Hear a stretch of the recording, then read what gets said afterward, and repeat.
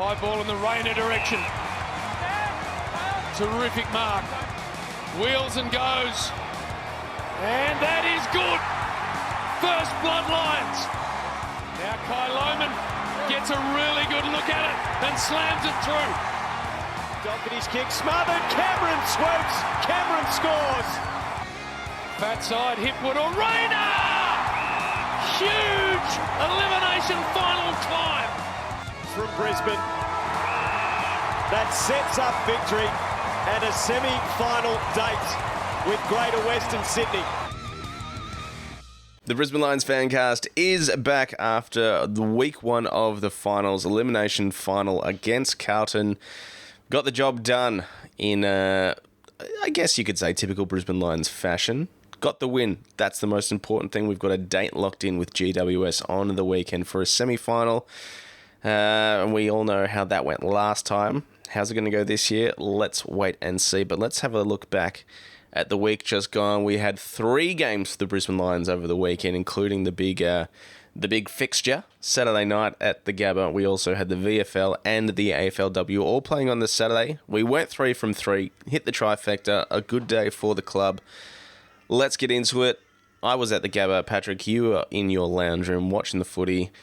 How did you see it from the comfort of your house? Sometimes maybe good, sometimes maybe shit. It's sort of the only way to go about it. First half was fantastic. I thought the defense was so good. And then, a little bit stressful, but not super stressful, I felt. A little bit tense.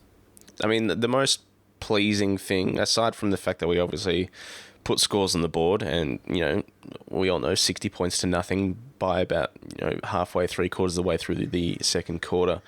But that stat that we spoke about maybe last week before, the tackle count we haven't really been dominating in. Our tackle and pressure was well up in the first half, which was probably the most pleasing thing to see, I guess, in that first half of footy. And very much like opening round against Carlton, we played our best footy. The footy that we know would beat just about anybody on any given day, just have not been able to hold on to it for 4 quarters. And, we're coming up against a team that we let slip just a few weeks ago. So we're going to have to amp it up yet again because there's going to be a different kettle of fish this weekend. Yeah, it's kind of a funny pattern over the last month of football or 5 weeks or whatever it is. You can look at it in a larger sense over the course of the season. But to get out to a lead and then watch it be sort of slowly reeled back in was, probably giving a lot of people cause for concern.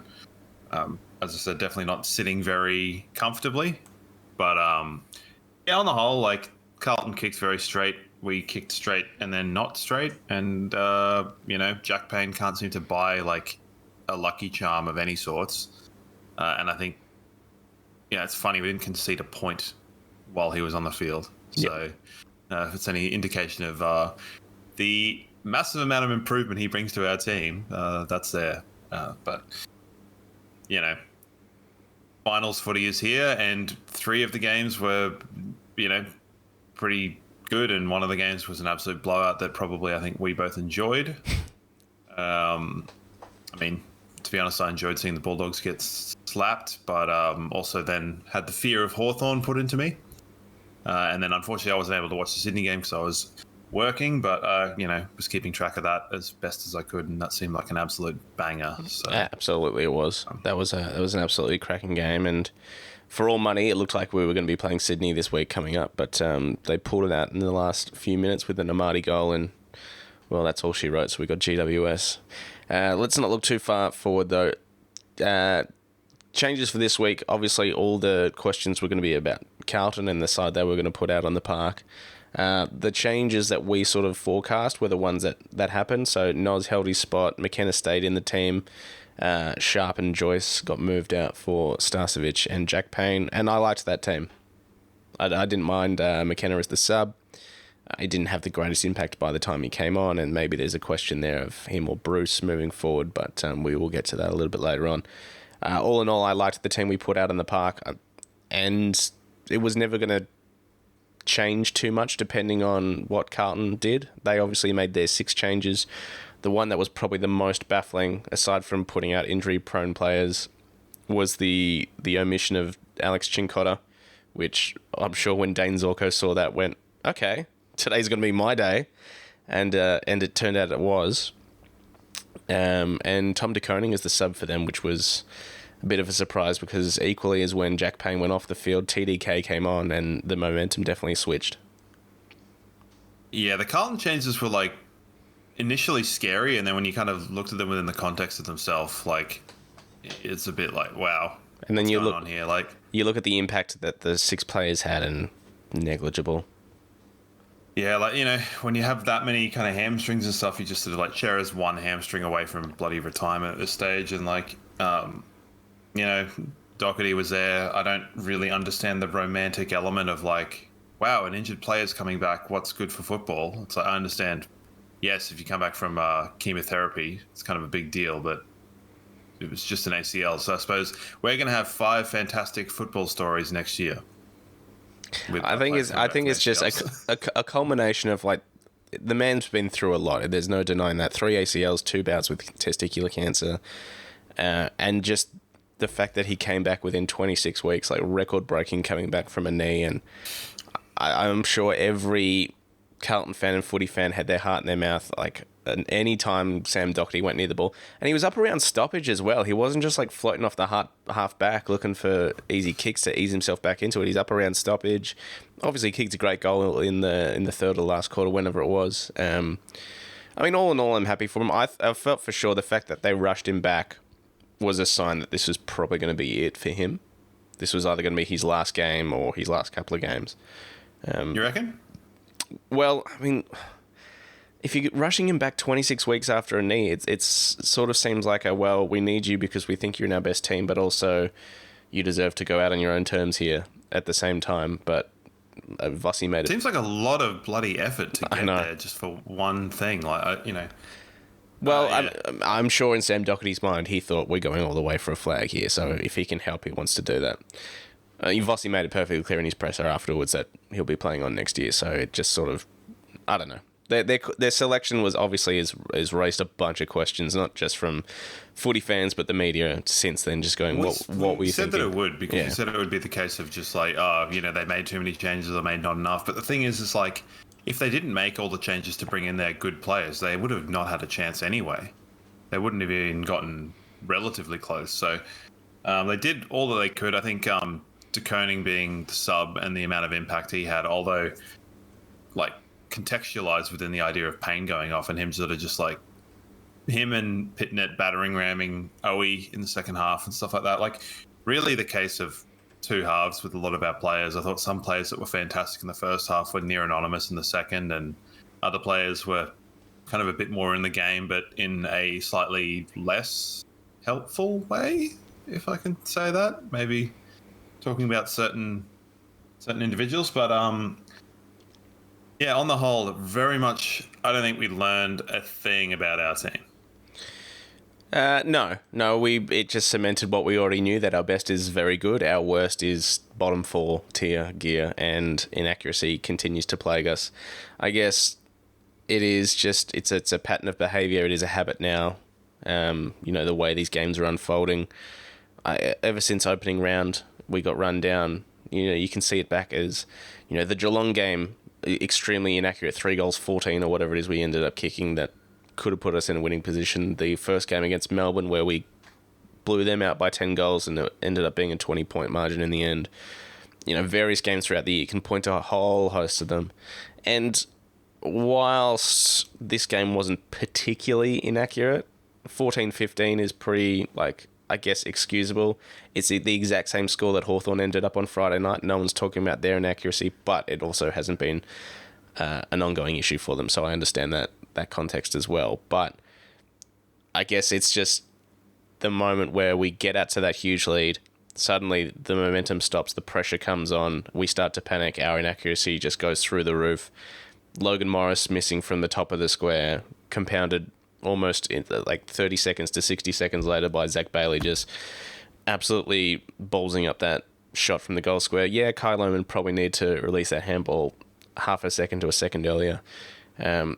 But it's just that stuff that the panic and the groans set in across the stadium. We're like, oh no, here we go again.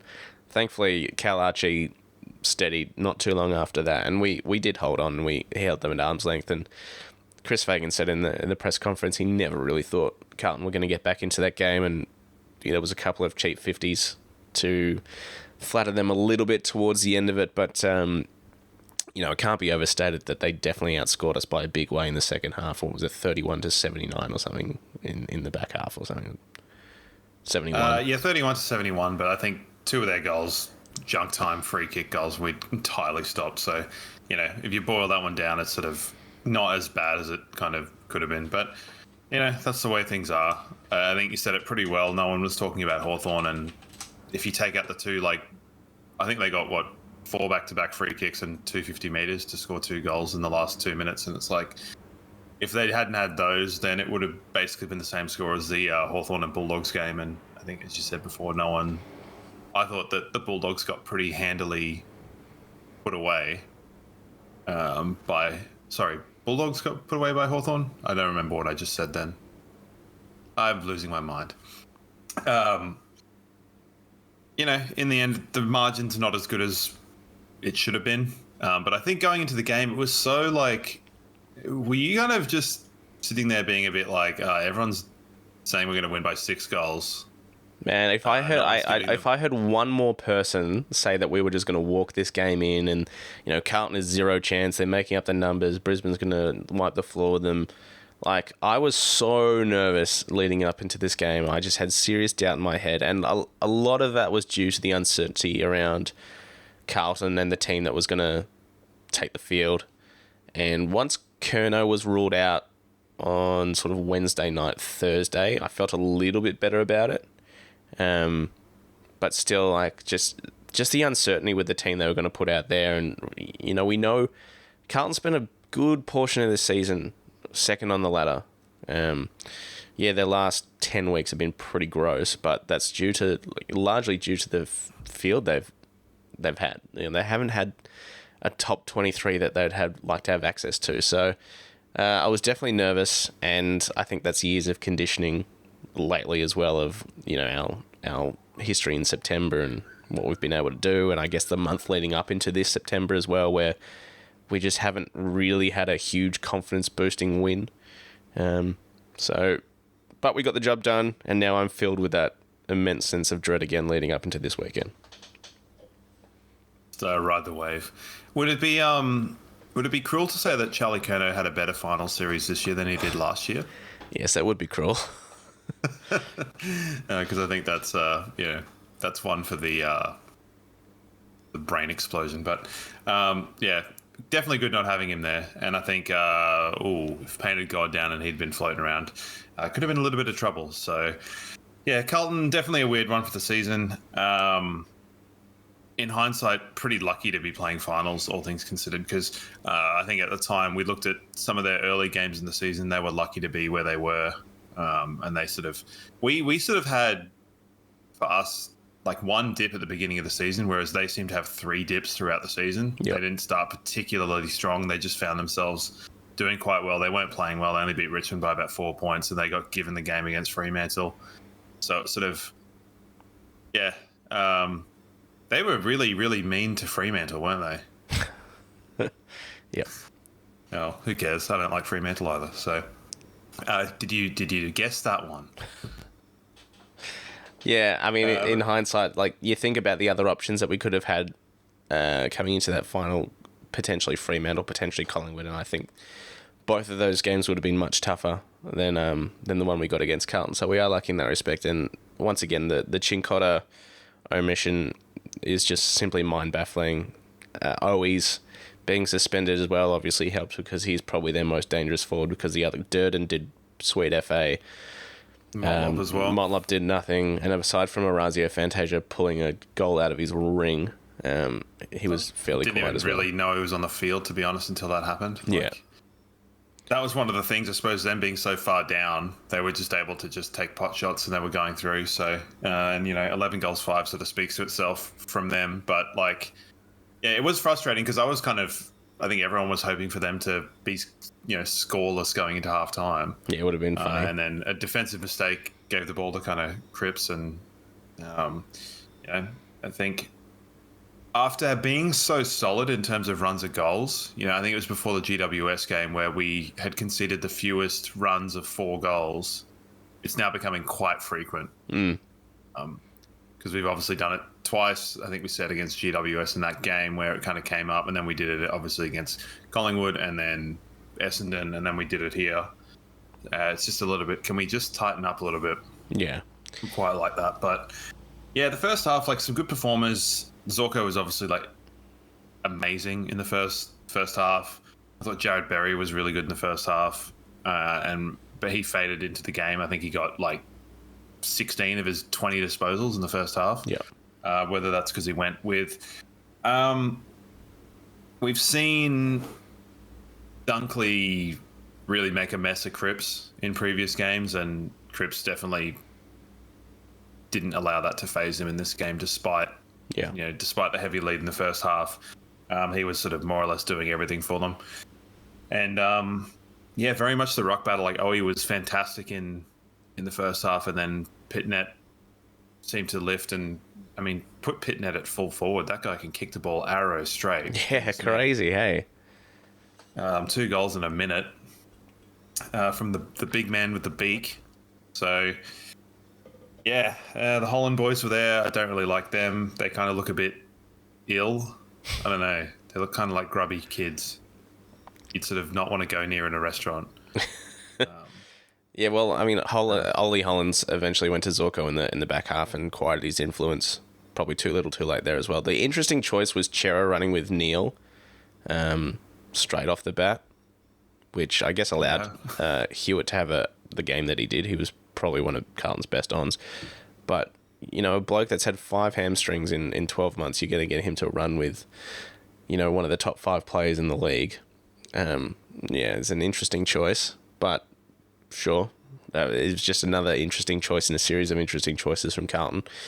As you said, Cripps was amazing. Like, I really, really like Patrick Cripps as a footballer. And, 2022 aside and the circumstances in which he won that Brownlow medal, he's genuinely one of my favourite players. And he just the way, especially his last month, he's been doing everything to get his team into finals and to make a charge. He's been doing it basically on his own. And, I reckon Michael Voss must love coaching Paddy Cripps because there are so many similarities.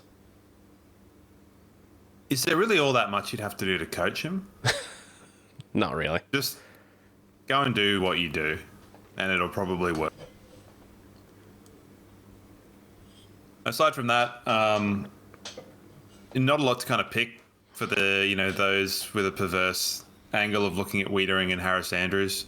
I thought when we were good, Harris Andrews was great. When we were not putting pressure on the ball, he was obviously missing his buddies. Yep. And Wiedering very much the same. I probably didn't get 2 goals kicked on him, to be honest, but he might have had we kicked straighter. I don't really know. I can't exactly sort of think of it, but definitely a game that was played. Good to see some of our young blokes in their first final contributing as well. Yeah, big time. We obviously had, the forgotten Will Ashcroft playing his first game to go with Kai Lohmann and Logan. Logan's pack marking was great. Obviously, Kai's energy around the ball. He obviously hit the scoreboard in the end, and Will had a great game. Like, what was it? He had 20 touches in the end, but 9 of them led to scores. So. And he's so clean. Yeah. Like, so clean around the ball. It's a bit of a shame that Logan Morris, completely, butchered that shot from 10 metres out. Because if he ends the game with 3 goals, and, you're just sitting there going, okay. Yeah. He's done basically what Fletcher did last year in the first final. And just, shown up, gone, okay, I'm a threat, watch out. And even Fletch, I ran into Adrian Fletcher at halftime, actually, and I approached him and said, mate, I'd love to be able to shake your hand, and sat and had a chat to him for a bit and had a beer, and I said, look, Jasper, he's doing well. He's won all his one-on-ones. That's the one thing I did notice about Jasper. He was, fairly quiet disposal-wise, but he won every single one-on-one that came his way. And Adrian's like, yeah, that's That's the one thing he's taught him. If nothing else, you got to win your one-on-ones, and I think Jasper's been pretty consistent at that over the year. Well, we heard that leading into Froggy's 200, where I think he said early on in his career he was really focusing on just winning his one-on-ones and getting to the contests that he was going to impact. And then as he got a little bit older, it kind of released the shackles of him wanting to go to more contests to impact more. Yep. Even if he only won 80% of them, he was getting to more, but because he'd had that original mentality of winning all of his contests, he was winning them all anyway. So he was just getting to more contests to win. And I think, Fletcher's building, it's not... I think he cops a bit of unfair criticism just because he probably lacks a bit of, wow factor in terms of what he does. But, I mean, if your game is built on wow factor and that doesn't happen, then people are critical anyway. And you get into situations where, where Zach Bailey would have a quiet game if he doesn't do something outrageous, but you would rather them do the consistent thing, or the simple thing. And when you see a guy like Zach Bailey completely miss his foot in the goal square,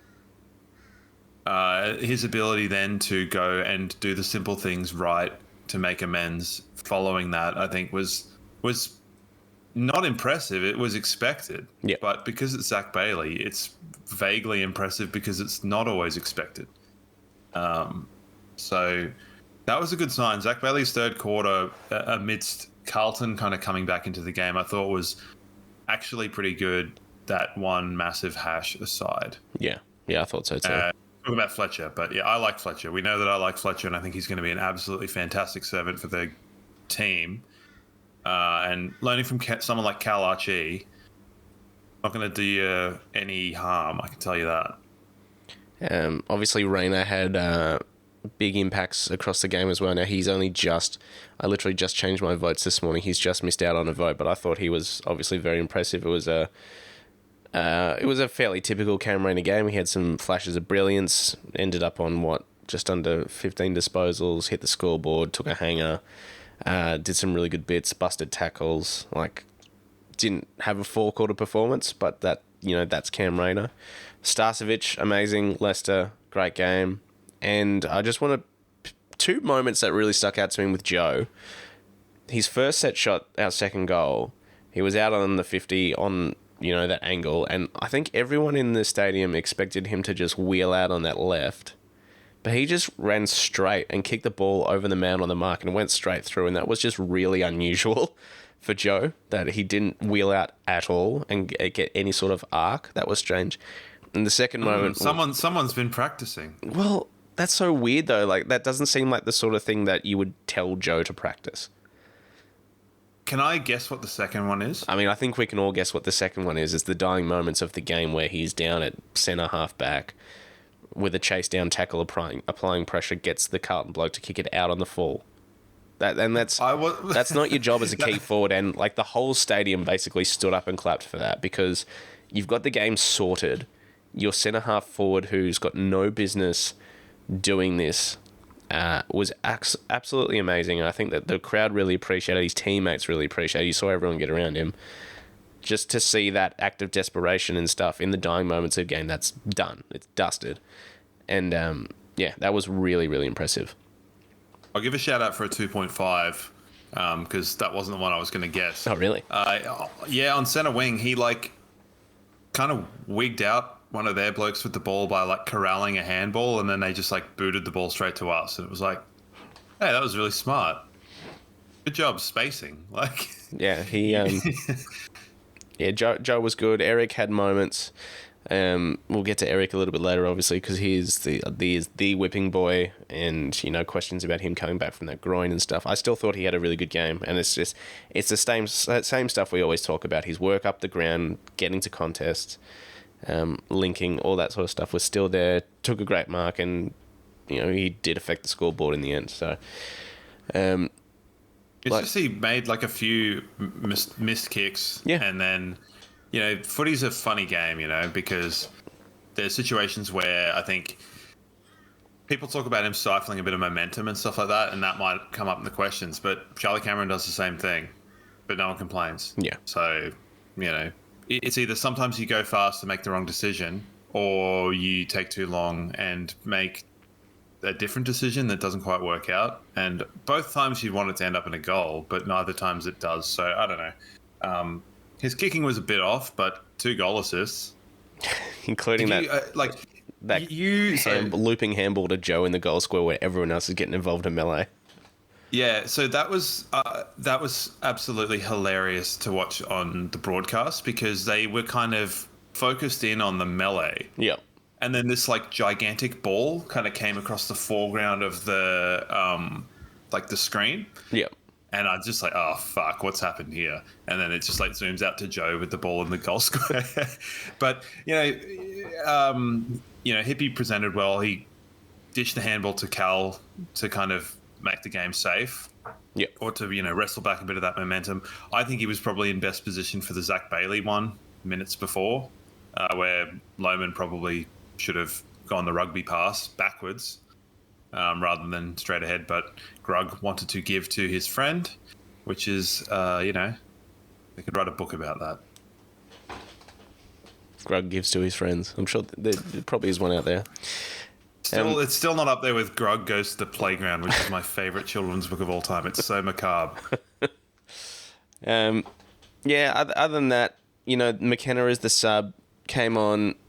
I still think, it's a tough one because at the moment we just sort of see him as an insurance policy because there's no way GWS is going to let Zorko run around and do whatever he likes next week. So that sort of tells me that I kind of want McKenna in the team in some aspect, if that is the case. But, Bruce made a very good case for himself in the VFL as well. So, if there's going to be any changes, I think that will be the one. But yeah, I think especially with Darcy Jones rolling around because Starcevich will have his hands tied up with Toby Green, we need someone on Darcy Jones who has got us both games this year. And the question remains over Jack Payne. Now, it's what, 9:45 on Monday morning, no update as yet. The last we heard is that they're fairly optimistic around Jack Payne and his knee.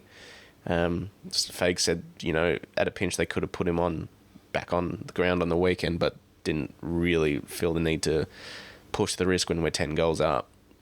So at this stage, it's a genuine 50-50. But, man, he's injury prone. He is. I thought he got concussed when it happened because he kind of got a chop to the head and then he sort of went limp and landed kind of splayed leg. Oh, when you see him grabbing his knee, you're like, not again. Yeah. But, that's sort of the big question. I think Starcevich has got this insane ability to somehow play taller than he kind of deserves to. It's been something he's kind of added to his game, which has been really impressive. Didn't talk about Noah Answorth, but he was there and he did a really good job in the first quarter kind of hoovering up those second balls, so that's great. And that's kind of exactly the sort of thing that you would want against... I mean, everyone knows where the ball's going. It's going on Hogan's head. Yeah. And he's going to bring it to ground. And if you've got a crummer, a really defensively minded crummer like Answorth, because ground balls in the defensive 50 is something that we struggle with consistently. So... Well, the good thing about Saturday is, despite the fact that we were towing them up on the scoreboard, they were winning the inside 50. So our defensive unit as a whole was absolutely killing it in that first half. It was so good. Every time I was just like, no point. Not even no goal, no point. No point. And see the ball sailing out for stoppages and stuff like that was good. And yeah, Owie was absolutely unplayable in that first half. Until they started being mean to him. And also he got angry, which is good. We love that. Yep. He had some swear words come out onto live TV. Lovely. So, not so much big, happy, friendly Owie. It'll be interesting this week as well because this will be the first time that this year that Oscar McInerney and Briggs get to go up against each other because obviously we had Briggs that just did a number on Darcy Fort the first time and then Oscar had his coloured lowers by bloody Lockie Keefe. So this will be the first time these two actually go head-to-head. And, Briggs is a big boy. We need someone to make a boxing promotion, like Big O versus Big Briggs. But yeah. Anything more about the game? Not so much. Like I said, a lot of it will come down to the questions, just like the nature of the comebacks, the fade outs, whether it's mental, whether it's the pressure, whether it's, whatever it is, we will get to it when we get to the questions, because it's a question on everyone's lips as Lions fans, and I guess as footy fans. It's just like, what is the go? What the hell is happening so consistently with this team that they're so brilliant? Win the first quarters by however many you like across the year, but then our second halves just, oof, yeah. And knowing that we're coming up against a team that took full advantage of it, 6 weeks ago? Yeah. Not even. Yeah, I think at least in that game, maybe it's a master plan to kind of go, all right, well, done the first quarters. So this Carlton game will really focus on the first half. As GWS game, we'll do the first 3 quarters. Then a preliminary final 4-quarter performance and cruise it in the grand final. Maybe that's the master plan all along. Maybe. It's just simply a game of quarterly progression. As apparently most business people would tell you. Like, says me knowing fuck all about business, but it seems like a bold strategy. All right, well, before we get into questions, and we'll chat about the VFL and the AFLW as well, let's get to some votes. Thanks to hoponbrewerytours.com.au. Book your half for a full day tour right now with Matt and Joss and see some of the best breweries and learn about the brewing process in Gold Coast and Brisbane. As I said, honourable mention to Cam Rayner, who's literally just missed out on a vote maybe 10 minutes before recording, because I was struggling with it and had to reflect on it more and more, and so my 3-2-1 has landed thusly, and so Zorko the 3, Klug the 2, and Ashcroft the 1. So midfield, interesting. Midfield gear. I thought, Zorko, speaks for itself. He's just been doing what he's been doing basically all year. Very similarly to how we've spoken about Neil this year and how he's adding, disposal damage, and his kicking efficiency is really amped up this year. McCluggage's tackling has gone through the roof, especially in the last, 4-6 weeks. He ended up leading all comers with 8 tackles this week, and once again, his first half was absolutely brilliant. He's coming along nicely. Just score involvement's coming up the wazoo, and Ashcroft, as we sort of touched on before as well, just one of his better games. He's building, he's just come back at the right time that his form is building coming into this final series, and he didn't have a huge amount of disposals, but what he did have were damaging and were very, very clean. Very good. Very good. I don't really know what I'm doing, but let's do this. Sure. I'm going to Cam Rayner the 3. Sure. That makes up for me not getting one for me, yeah. Yeah, okay. I'm not going to disagree. No, it's just in terms of impact and moments and stuff like that, exactly kind of what you need in the final. Good to see him come back from his slumber that he's had over the past 4 weeks. So, yeah, Rayner 3, Zorko the 2, and I've gone for California Archie for the 1. Sure. Just because so crucial at times. And just, moments were really important. So, Cal Archie, the 1 vote. Just finals are definitely a thing of moments. I don't know if you remember our talk about the prelim last year against Carlton. It included the greatest hits montage of just where we were absolutely smashing them. That's right. Definitely one of my favorite segments we've ever done, where I had everything written down. Quarter 1, it just ran off. And, moments in football are just so pivotal. So that's how I've gone. Lovely. I like it. All right, well, when we head to the VFL, that was very much in danger of being a very similar prospect. So got off to a pretty good start against Williamstown. I think we kicked the first 3 goals, 4-5. So we're about 30 points up, which is where we love to be in any sort of game. Williamstown pegged it back, and their third quarter was ridiculous, and it was largely thanks to this Brodie McLaughlin fellow who ended up with 6 goals. But our last quarter, absolutely brilliant, put on the best part of 50 points. Harry Sharp with 3 goals in that last quarter. So got the win at Brighton Homes Arena, which sets up another prelim for the Brisbane Lions. We're going to come up against, it might even be Werribee again, which is going to be... It's Werribee. So we know how that one went last time. They won't have Sean Manor this year, obviously, because he'll be too busy playing the prelim for Geelong. But hey, we won't have Reece Matheson or Daniel Rich. That's true. That is true. So looking at Jared Lyons, classic Jared Lyons game, 11 clearances, 39 touches. Didn't hit the scoreboard in the way he'd hoped to, 0 goals, 3. Dev, a huge game, 35 touches, 11 clearances.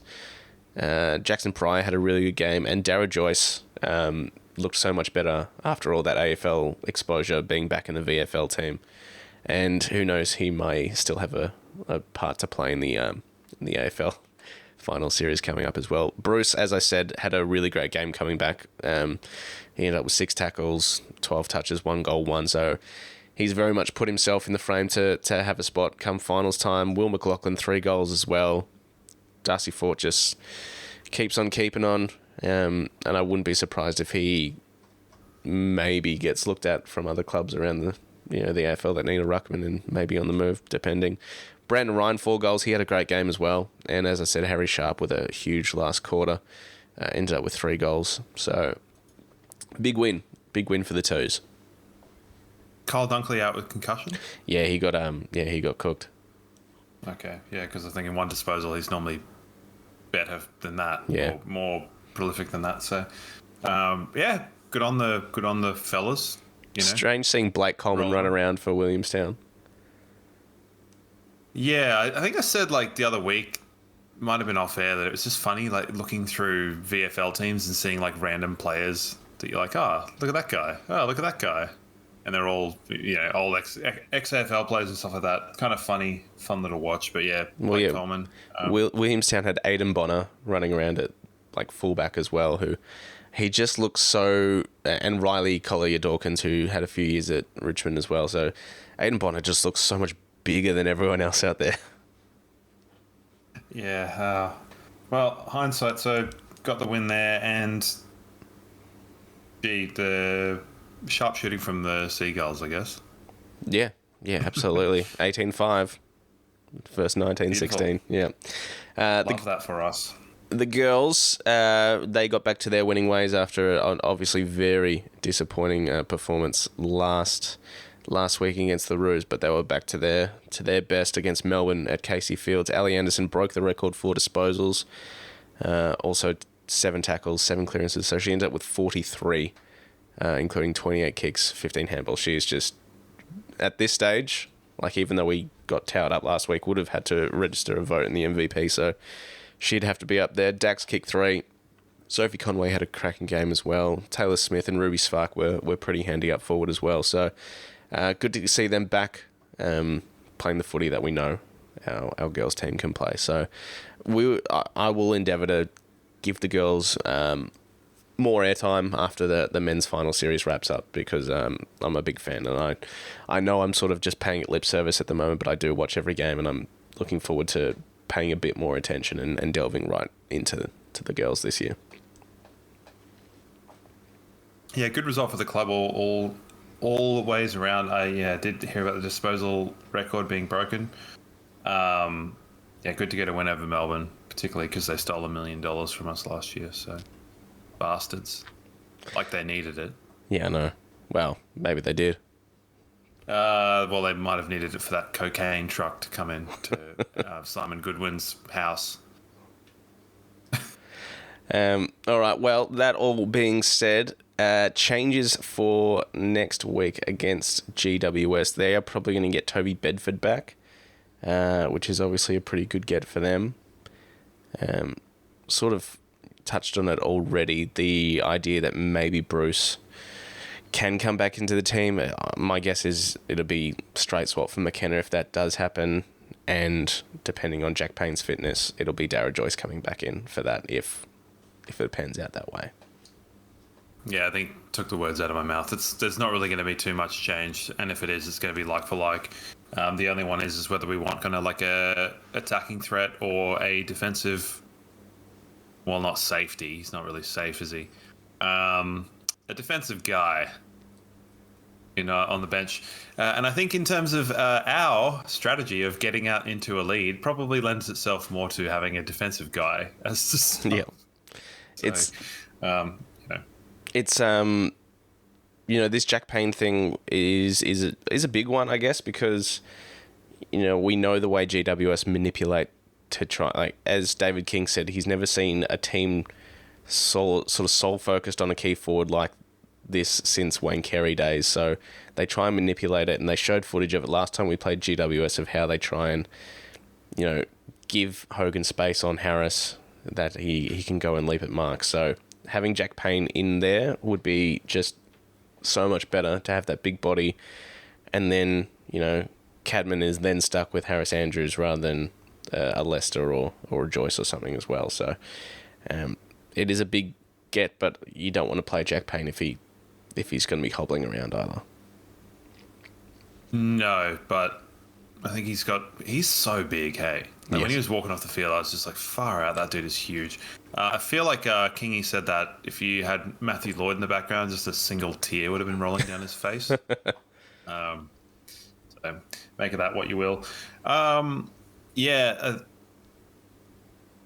GWS, just kick straight and we'll probably win. That's sort of my assessment, is like, if we kick straight, we probably win. Yeah, and I mean, it's a bold strategy. Stick it in the goal hole. One we haven't been able to adhere to so far. Yeah. And we didn't put ourselves in a winning position the first time we came up against them down there. We were certainly in the contest at half-time, but then they just blew it out.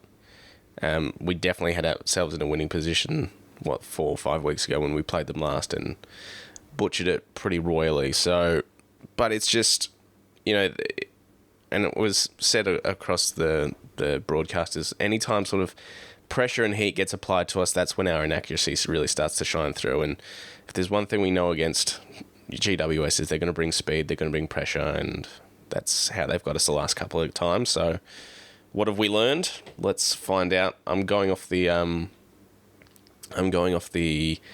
2022. Melbourne smacked us around in the home and away season. Then come finals, we beat them. Last year, we smacked Collingwood around in the home and away season, and then they got us in the one that mattered. So I'm hoping we can go with that. I like it. Stick with that. Yeah, it's hard to kind of preview a game you previewed about 3 weeks ago and just go, don't do the thing that you did at the time that lost you the game, and do the other stuff that should have been winning the game. That's the team talk. It's why I'm not a coach. All right. Well, but yeah, it's like I said earlier on. I'm filled with dread for this one. I'm not giving us a huge amount of a shot in this one, just due to our form and GWS's form, the way they've played against us. I've got very little confidence. It's about a 70-30 for me. Well, GWS cocked up a lead, so at least shoes on a different sort of foot. Sure. We're both wearing the same shoes. Something like that. Let's have some questions, hey? Let's have some questions. Thanks to Crisp Communications, crispcoms.co.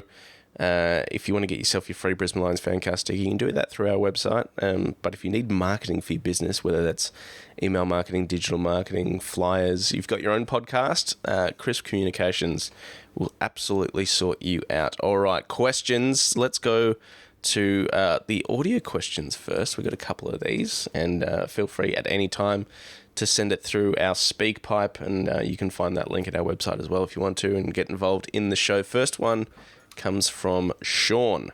Hey guys, Sean here. Big fan of the podcast. Look forward to it every week, so appreciate what you guys both do.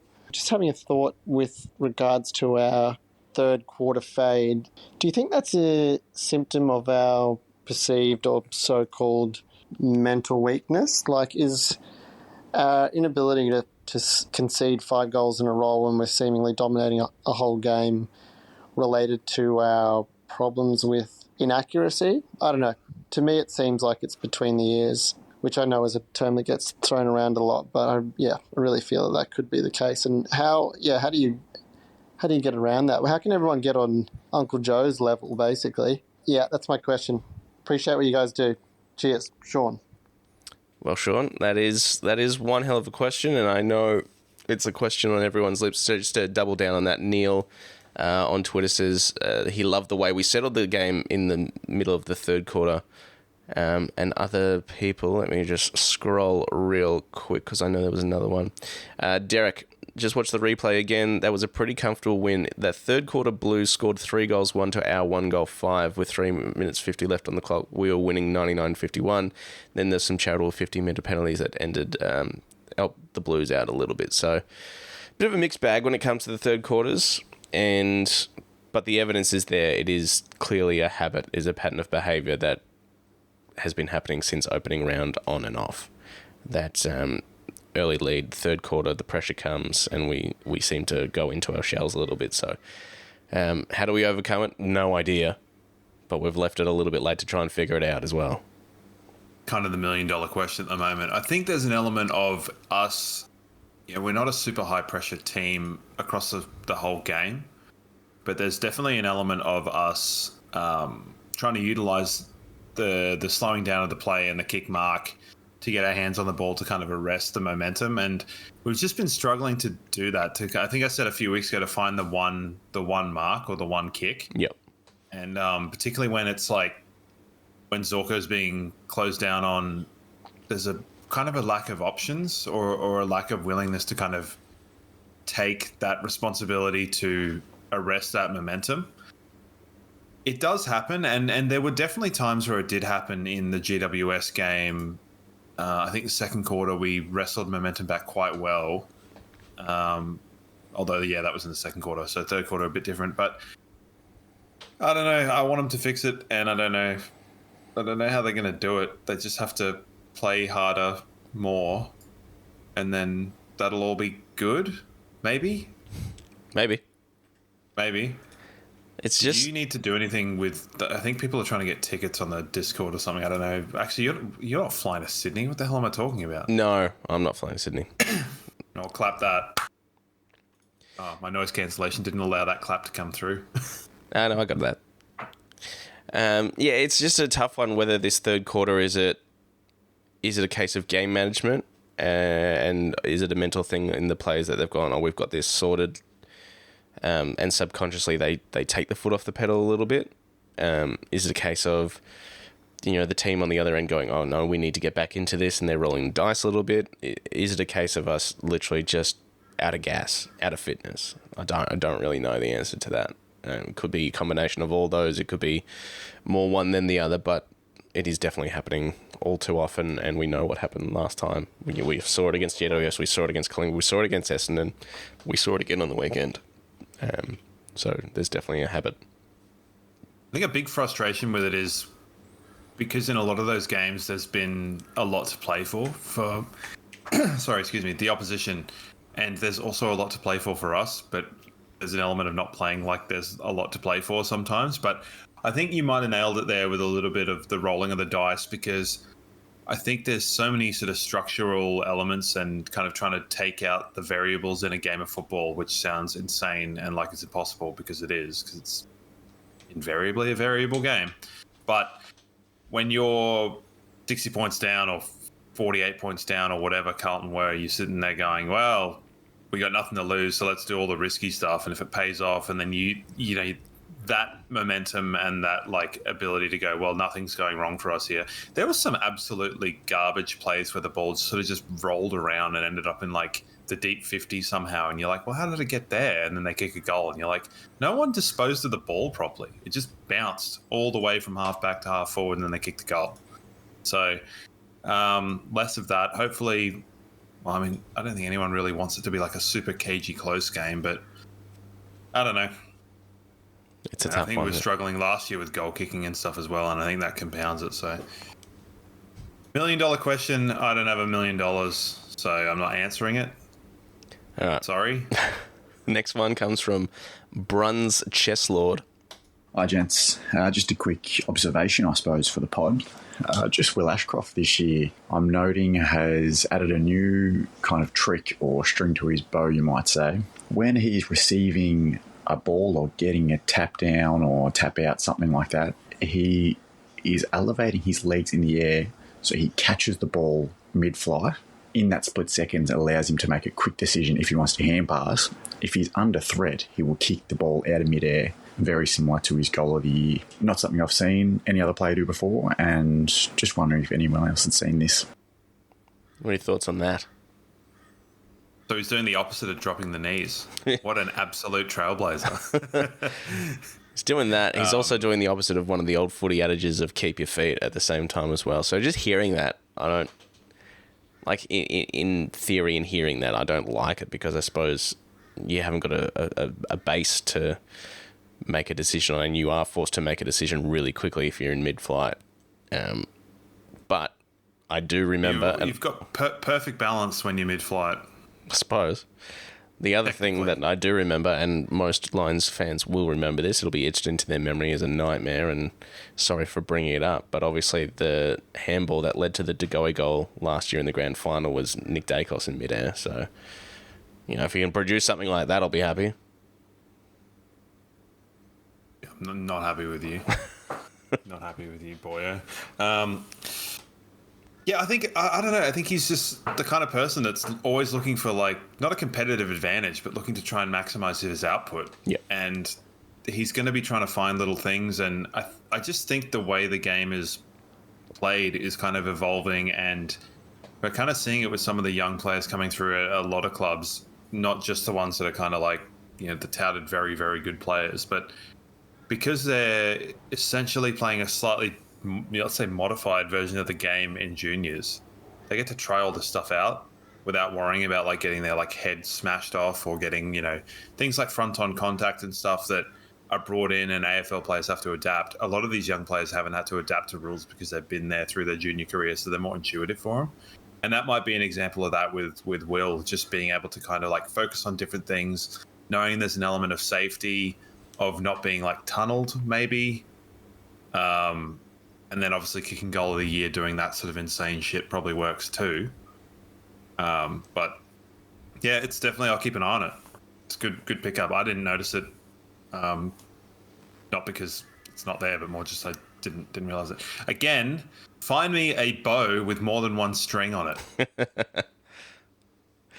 I watched a lot of archery in the Olympics. One string per bow, and they were very good shooters. I knew you'd love that one. All right, next one from Twitter from Lena. A pretty simple question when it gets boiled down. It says, goals versus behinds. Discuss. Well, goals good, behinds less good. Yeah, I think so. That's pretty much it, isn't it? Death by 1,000 cuts. I don't know. It is funny. Did you notice that AFL made a hash and said we kicked the first 10 goals of the game? And it's like, well, technically, we actually kicked 9 goals, 6. Yeah. So, nice one, reporter or AI, whatever's doing the articles. Just live, I'm going to send you a little picture here just to see your immediate response to it. Okay. Live, this is happening live. I like that. Just a really upset Charlie Dixon. See you, mate. Yeah, that's possibly the ugliest picture ever. Yeah, well, I doubt he'll be playing in his semi-final after his performance. All right, moving on. Ross, question for the pod. If GWS tags Zorko out of a game, what is the plan B? Could Wilmot play that sort of role? I suppose we touched on it as well. That's the insurance of having McKenna on standby, if not in the team. But no one can... It's weird. At the start of the year, no one can do what Kitty Coleman does. At the moment, no one can do what Dane Zorko does. Not to the same effect. No, I think there would have to be an element of kind of like team allowance for it. Yeah. You know, we've seen in the past, like guys like Saad, you know where it's coming from, and the ability to stop it can sometimes just leave other people open to just plop the ball up the field. So, you know, I would be remiss to say that they won't put any work into him, but yeah, that just opens up Wilmot's run and carry, Starcevic's ball use, Froggy's as well, like all very good. So it'll probably happen, and hopefully Zorko can use his guile and nous of his 47 years to know how to break that tag. Darren, what do we do with Hipwood going forward? Is he out of form? He's not as good as the club thought of him. His game hasn't looked the same since he's come back from his groin complaint. Now, we've touched on this as well, but yeah, he hasn't looked the same since he's come back from the groin. And there was chat earlier in the week in the training that he did slightly modified running and jogging and stuff when everyone else was doing drills. So I still think that groin's lingering around a little bit and affecting his fitness and his output. But, you know, we're staunch defenders of Hipwood here, and his work that he does do that isn't necessarily just measured in goals and behinds. Yeah, I think when we saw the alternatives that we had throughout the year, although I quite like Henry Smith, I think he's got potential to have a future with the club going forward. But it's just hard when you're not relying on... I think Hipwood's such a structural pillar within the club and within the forward structure. Structural pillar within the structure, that is a good sentence. He's got so much structure, it's got to be mentioned thrice. So I think he does a lot of work.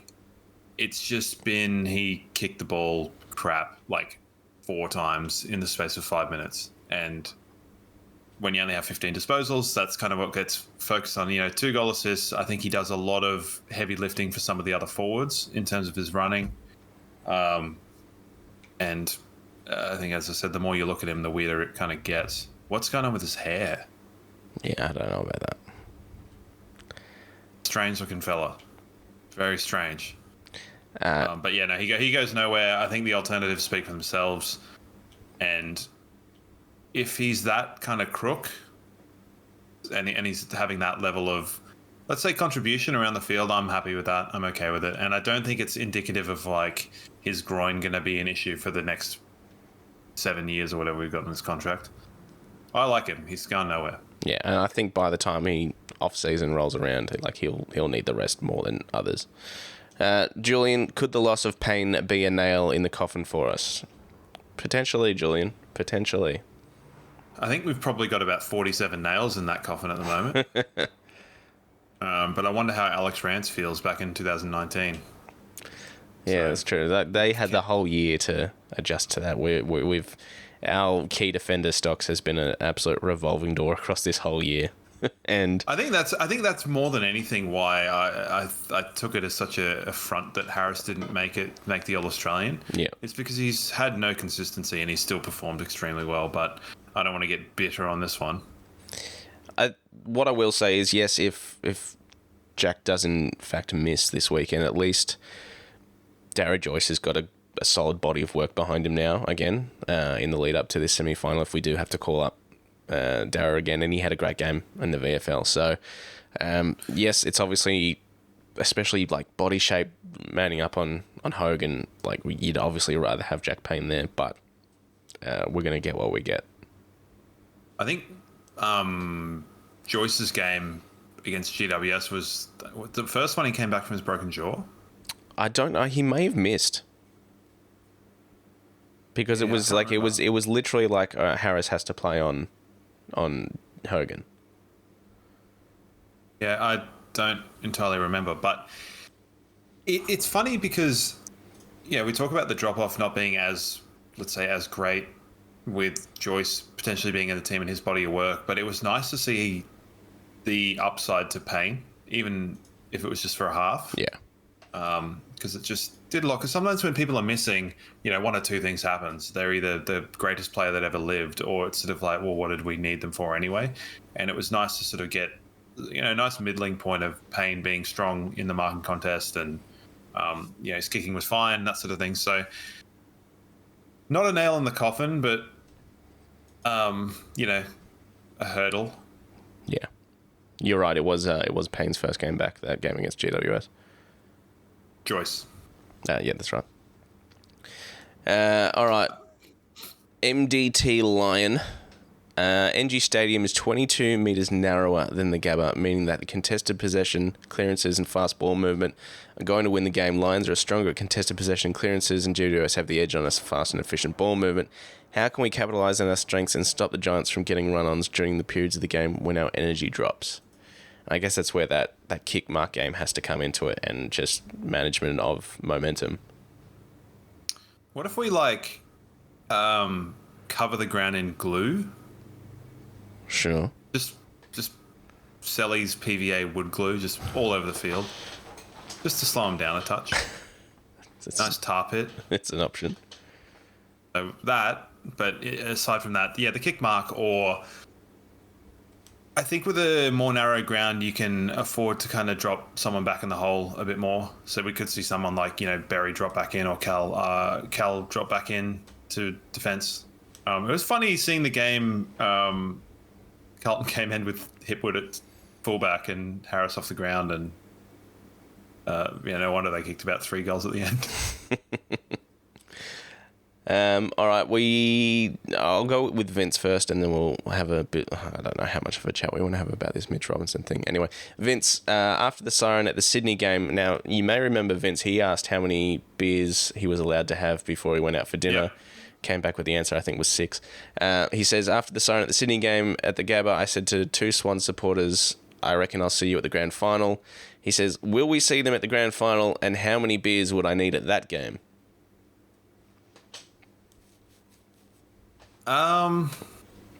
Sydney at the grand final.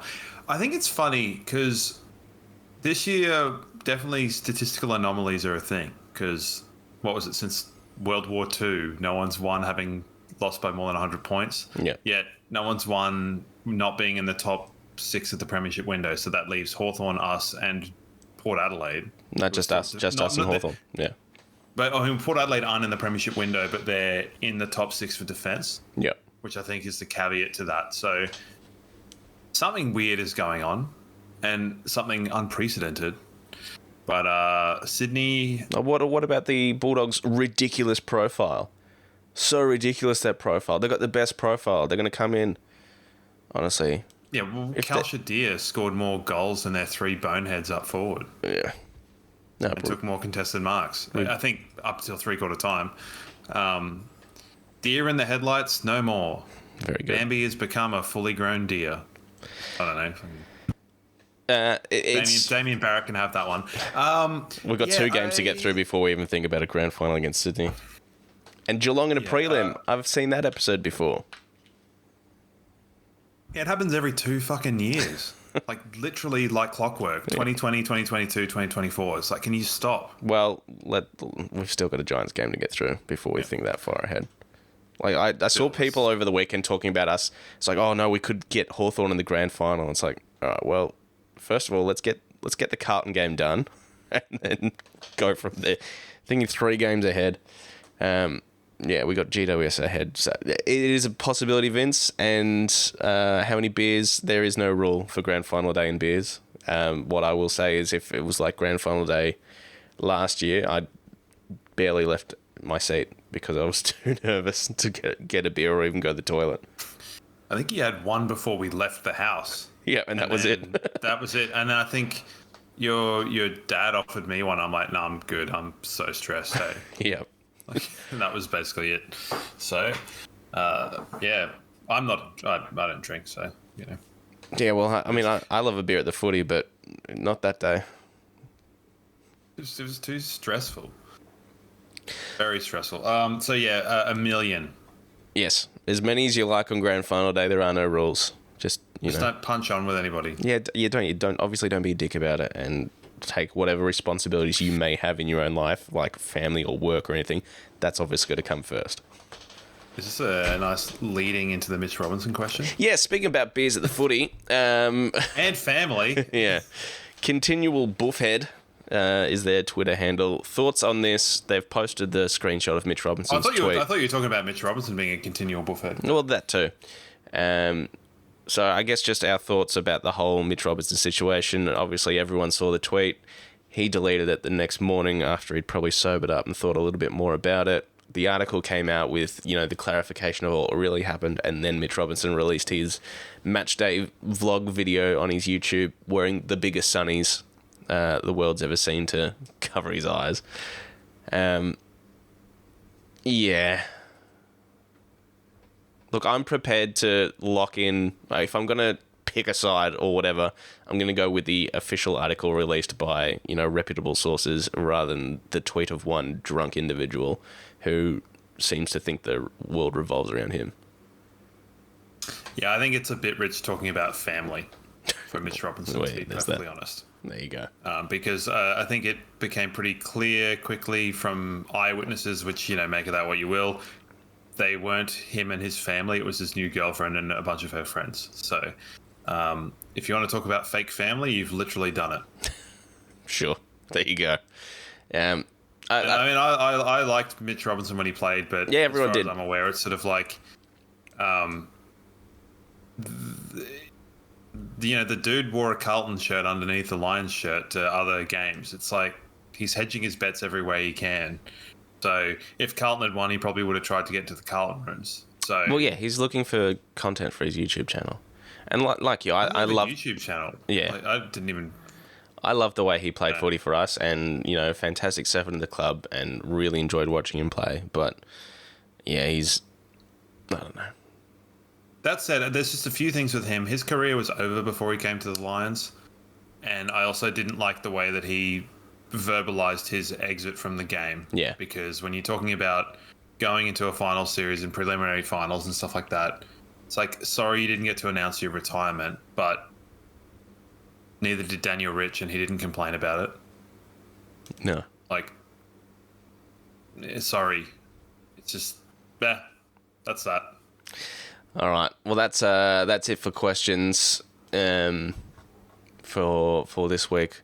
Semi-final GWS Saturday, I believe. I think it is. Saturday night, yeah. Saturday Did you night. hear the funny stat as well that Michael Voss is, I think in every game, Michael Voss has either been a coach or a captain. The Lions have won at the Gabba in finals. Love that. So he's extended that one. I do like that. Yeah, so good stat. Have you seen Carlton's form away interstate in finals? It is putrid, as you would say. No, I haven't actually. They have lost everywhere Really? since like the 90s. Yeah, it's really good. I think, long time. It's good. Sure. So we saw potentially Mark of the Year and Goal of the Year. That won't be. Yeah. Is it stupid to ask your thoughts on this, or is it very much the case of just like how?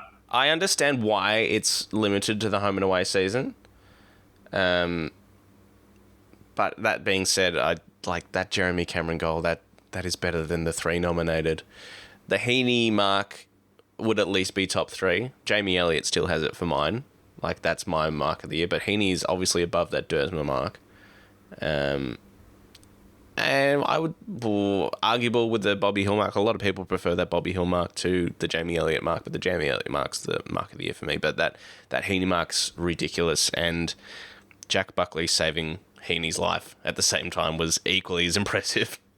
It's like rivalry's dead, truly. Yeah. Spin him the other way.